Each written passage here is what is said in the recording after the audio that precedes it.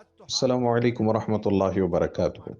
ان قریب ہمارا ہندوستان کے ایک بڑے شہر میں سفر ہوا تھا، تو وہاں ایک سنجیدہ قسم کے صاحب فہم آدمی نے یہ واقعہ سنایا جو ان کے ساتھ پیش آیا۔ انہوں نے فرمایا کہ جب واٹس ایپ پر ایک خبر وائرل ہوئی کہ انہی کے شہر کے ایک محلے کی ایک پڑھی لکھی بچی نے ایک ہندو لڑکے سے شادی کی ہے، تو وہ اس واقعے کی تحقیق کے لیے وہاں پر پہنچے۔ وہ فرماتے ہیں میں نے اپنے دوست کو ساتھ لیا اور اس پتے پر میں گیا۔ جا کر ہم نے باہر کا گیٹ کھٹکھٹایا تو اندر سے ایک بچی آئی، ایک لڑکی آئی۔ اس نے اوڑھنی سے اپنے چہرے کو چھپایا ہوا تھا۔ آتے ہی وہ بچی بھڑک گئی اور اس نے ڈانٹنا شروع کر دیا کہ کیوں آئے ہیں آپ لوگ؟ گالیاں دینے کے لیے آئے ہیں؟ برا بھلا کہنے کے لیے آئے ہیں؟ جتنی گالیاں دینا ہے آپ دے لیں، جتنا ذلیل کرنا ہے مجھے کر کے چلے جائیں یہاں پر۔ اب تک جتنے لوگ ذلیل کر کے گئے وہ کافی نہیں تھا کہ تم لوگ بھی آ گئے؟ جتنے لوگ ابھی گالیاں دے کے گئے وہ کافی نہیں ہوا کہ آپ لوگ ابھی آ گئے؟ تو وہ بچی بہت بھڑک کے بہت کچھ سناتی رہی، غصے میں بولتی چلی جا رہی تھی۔ یہ فرماتے ہیں کہ ہم لوگوں نے سر جھکا لیا اور خاموشی سے اس بچی کی بات کو تسلی سے ہم سنتے رہے۔ جب اس نے بات پوری مکمل کر لی تو ان صاحب نے کہا کہ دیکھو بیٹا، عمر کے حساب سے تم یا تو میری بیٹی کی عمر کے ہو یا میری بہن کی عمر کی ہو، تو ہم لوگ یہاں پر گالی دینے کے لیے نہیں آئے، آپ کو برا بھلا کہنے کے لیے نہیں آئے۔ بس اتنا معلوم کرنا تھا کہ کیا یہ بات صحیح ہے کہ آپ نے فلاں ہندو لڑکے سے شادی کر لی ہے؟ تو پھر غصے سے بھڑک گئی اور اس نے کہا میں نے شادی کی ہے، یہ بات صحیح ہے، میں کیا کرتی پھر؟ اس نے پھر آواز دے کر اپنی دو بہنوں کو بلایا اور بلا کر کہا کہ دیکھیں میری عمر اس وقت 32 سال ہے، یہ میری بہن ہے، اس کی عمر 30 سال ہے، یہ میری دوسری بہن ہے، اس کی عمر 28 سال ہے، کون ہم سے شادی کرے گا؟ یہ کہہ کے پھوٹ پھوٹ کے وہ رونے لگی۔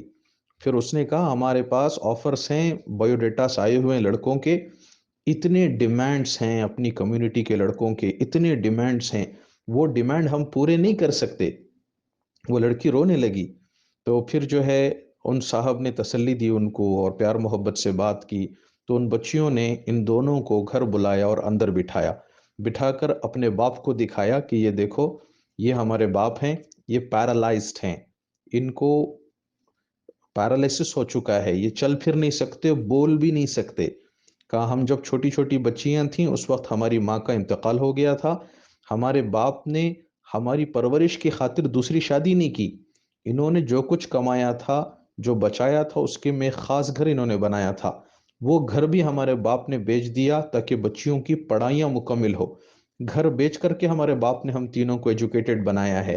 لیکن جتنے لوگ شادی کے لیے آتے ہیں، کوئی کہتا ہے ہمیں 4 AC چاہیے، کسی کو کار چاہیے، کسی کو پیسہ چاہیے۔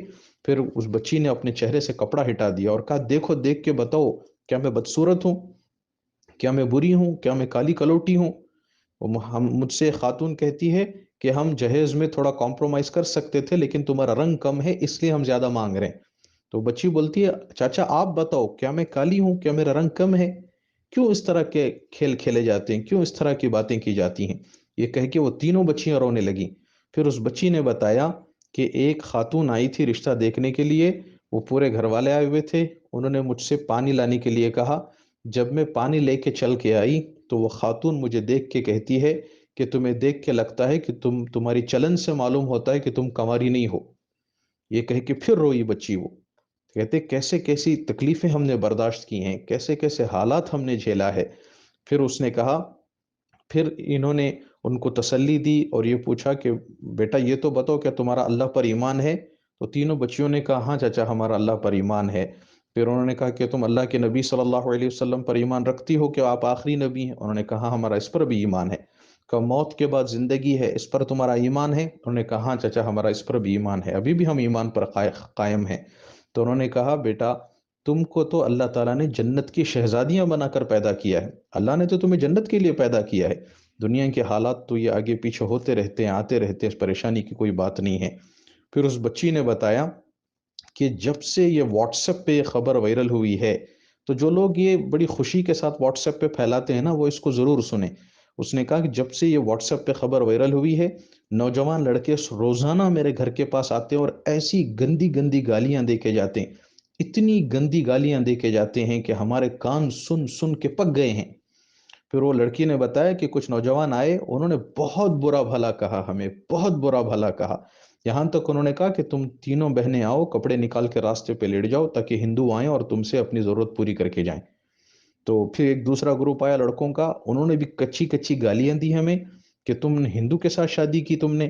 تو میں نے ان سے کہا کہ نہیں، میں اس سے شادی نہیں کروں گی، چل یہ بتاؤ کہ تم چاروں میں سے کون میں میرے ساتھ شادی کرنے کے لیے تیار ہے؟ تو مسلمان لڑکوں نے ان بچیوں سے کہا کہ اس بچی سے کہا کہ تو ہمارے ساتھ شادی کرنے کے قابل ہی نہیں ہے، تو تو دھندا کرنے کے قابل ہے۔ تو آپ بتائیں ان بچیوں کے اوپر کیا گزری ہوگی۔ تو پھر وہ جو صاحب گئے تھے، انہوں نے اس بچی سے پوچھا بیٹا یہ تو بتاؤ کہ تمہارے اس ہندو لڑکے سے تعلقات کب سے ہیں؟ تو وہ لڑکی قسم کھا کے کہتی ہے کہ چچا میرا اس لڑکے سے کبھی کوئی تعلق نہیں تھا، میں خود گئی آفس میں، وہ میرے ساتھ کام کرتا تھا، میں نے خود جا کر اس لڑکے سے کہا کہ میں تم سے شادی کرنا چاہتی ہوں۔ تو وہ ایک دم سے پریشان ہو گیا لڑکا، تو اس نے کہا کہ میں نے کبھی آپ کو اس نظر سے دیکھا نہیں۔ تو میں نے اس سے کہا کہ لیکن میں چاہتی ہوں کہ میں تمہارے ساتھ شادی کروں۔ تو اس نے کہا مجھے آپ 3 دن کا ٹائم دیں۔ تو اس نے 3 دن کا ٹائم لیا، اور پھر 3 دن کے بعد آ کر اس نے کہا ٹھیک ہے میں آپ سے شادی کرنے کے لیے تیار ہوں، لیکن اس شرط پر کہ آپ میرے مذہب کو نہیں چھیڑیں گی، میں آپ کے مذہب کو نہیں چھیڑوں گا۔ تو اس شرط پر پھر ہماری شادی ہوئی۔ تو آپ بتائیں اس میں لڑکے کی کوئی غلطی نہیں، میں نے اپنی مرضی سے خود اس سے شادی کی ہے، وہ اچھے اخلاق کا لڑکا ہے، میں خوش ہوں اس کے ساتھ۔ تو آپ بتائیں میرے 2 بہنوں کی بھی شادیاں ہونی ہیں، ہم کیسے جہیز کے ڈیمانڈ پورے کریں؟ ہم کیسے لوگوں کی طرف سے آنے والے جو تانے ہیں اس کو سنیں؟ کیسے یہ جو مانگ رہے ہیں اتنا پیسہ روپیہ، اس کو ہم کیسے ادا کریں؟ وہ بچی پوچھ رہی ہے کہ وہ رونے لگی، تینوں بچیاں ہیں سارے قصہ کو سنا کر۔ تو پھر وہ جو صاحب تھے انہوں نے کہا بیٹا فکر نہ کرو، ہم آپ کا ساتھ دیں گے۔ کیا کریں؟ سب سے پہلا کام یہ کرو کہ تم لوگ یہ گھر خالی کر کے کہیں اور شفٹ ہو جاؤ۔ اس بچی نے بتایا دیکھیے ہمارے ابا تو پیرالیسس ہیں، چل پھر بھی نہیں سکتے، بول بھی نہیں سکتے، ہمارا کوئی دوسرا گھر بھی نہیں ہے، ہم جائیں تو کہاں جائیں؟ تو پھر انہوں نے ان سے مشورہ کیا اور کہا کہ اپنے جو ہندو شوہر ہیں، ہسبینڈ ہیں، ان کو کال کرو، وہ کہاں ہیں؟ کہا وہ ڈیوٹی کر رہے ہیں، چنئی میں ہیں، جاب کر رہے ہیں۔ تو پھر ان کو کال کیا، کال پہ بات کی، کانفیڈنس میں لیا، انہوں نے بھی کہا آپ ہمارے بھائی ہیں، اتنی تمیز اور اخلاق کے ساتھ کسی نے اب تک ہم سے بات نہیں کی ہے، آپ جو چاہیں کر سکتے ہیں، آپ کی بات ہم مانیں گے۔ تو پھر انہوں نے مشورہ کر کے اس بچی کے ہسبینڈ سے پرمیشن لے کے، باپ کو بتا کر کے، وہ پوری فیملی کو اس گھر سے خالی کرا کر اپنے گھر میں لا کر رکھا انہوں نے، وہاں ان کی خدمت کی، کھلایا پلایا، پھر دوسرا گھر دوسرے محلے میں کرائے پہ لے کر پوری فیملی کو ان کی وہاں پر شفٹ کیا۔ وہ جو لڑکا تھا ہندو لڑکا، وہ بھی بہت متاثر ہوا، یہ بچیوں نے بھی بہت دعائیں دی کہ چاچا آپ فرشتہ بن کر آئے ہماری زندگی میں، ورنہ لوگوں نے گالیاں دے دے کے، تانے دے دے کے ہمیں مار دیا تھا، زندہ مار دیا تھا ہمیں۔ تو پھر وہ لڑکا بھی اتنا متاثر ہوا، وہ چنئی سے واپس آیا اس شہر میں، اور آنے کے بعد کال کیا، کہا کہ چاچا میں سفر سے آیا ہوں لیکن پہلے میں آپ سے ملنا چاہتا ہوں۔ آ کے وہ بیٹھا، ملاقات ہوئی، تفصیل سے بات ہوئی، اسلام کے تعلق سے بھی اس کو بتایا گیا، اس نے بھی اسلام کے تعلق سے پوچھتا رہا۔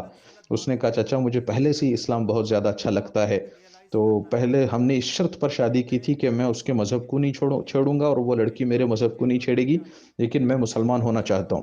تو انہوں نے کہا تم جلدی نہ کرو بیٹا، جو کام جلدی میں کیا جاتا پھر وہ جلدی ہی چھوڑ بھی جاتا ہے، تم جاؤ اچھی طریقے سے سوچ سمجھ کر، اگر دل میں بات ہو تو پھر آنا۔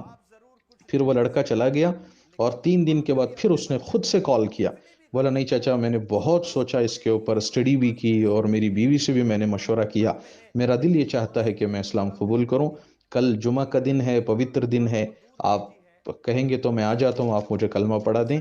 تو پھر اگلے دن وہ بچہ آیا اور جمعہ کے دن اس کو کلمہ پڑھایا، اللہ کی توفیق سے پھر وہ ایمان میں داخل ہوا۔ پھر ان بچیوں کا نکاح، اس بچی کے نکاح کی تجدید کی گئی۔ نکاح کیا، وہ تو نکاح ہوا ہی نہیں تھا، غیر کورٹ میرج ہوئی تھی، تو ان کا نکاح پڑھایا گیا۔ تو یہ دیکھیں نا، اس کے ذریعے سے الحمدللہ وہ بچہ بھی اسلام میں آیا اور ان بچیوں کی بھی عزت محفوظ ہوئی۔ تو کرنے کا کام یہ ہوتا ہے، سنجیدہ لوگ شہر کے جب اس طرح کی خبر پہنچیں تو جائیں، عزت سے بات کریں، پیار محبت سے بات کریں، ان کی پریشانیوں کو سنیں، اور مسجد کے کمیٹی کے لوگ، محلے کے جو ذمہ دار لوگ ہیں، وہ یہ فکر کریں کہ ان کی اس پرابلم کو کیسے سالو کیا جائے۔ یہ نہیں کہ سب لوگ فارورڈ کر رہے ہیں، لوگ جا کے گالیاں دے رہے ہیں، ان کو ذلیل کر رہے ہیں، یہ کوئی حل نہیں ہے۔ اور یہ جو جوڑا جہیز اور یہ بھیک منگنے کا جو سسٹم ہمارے سوسائٹی میں رائج ہو چکا ہے، اس کو ختم کیا جانا چاہیے، اور جتنا ہو سکے سادگی پر شادیوں کو لائیں، ورنہ قوم تو برباد ہوتی چلی جا رہی ہے شادیوں کے پیچھے، ان اخراجات کے پیچھے اور جوڑے جہیز کی اس لعنت کے پیچھے۔ کتنے لوگ کام کر رہے ہیں اس کے خلاف، لیکن اس کے باوجود بھی اس سے ہماری جان نہیں چھوٹ رہی ہے۔ اللہ کرے کہ کچھ ہمیں سمجھ آ جائے اور ہمارے قوم کی بچیوں کی حفاظت کرنا ہمارے لیے آسان ہو۔ تو خدا را اس پوسٹ کو، اس طرح کے پوسٹس کو فارورڈ نہ کریں، عوام میں نہ پھیلائیں۔ اگر کسی کو مل بھی جائیں تو ذلیل کرنے کو، گالیاں دینے کو کوئی بڑا کمال نہ سمجھیں، سنجیدہ قسم کے لوگوں تک پہنچائیں تاکہ وہ ان کے فیملی سے مل کر ان کی کاؤنسلنگ کر کے ان کے پرابلم کو سالو کرنے کی فکر کریں۔ جتنا ہو سکے اس پیغام کو آگے پہنچائیں تاکہ لوگوں کے لیے عبرت کا سامان ہو۔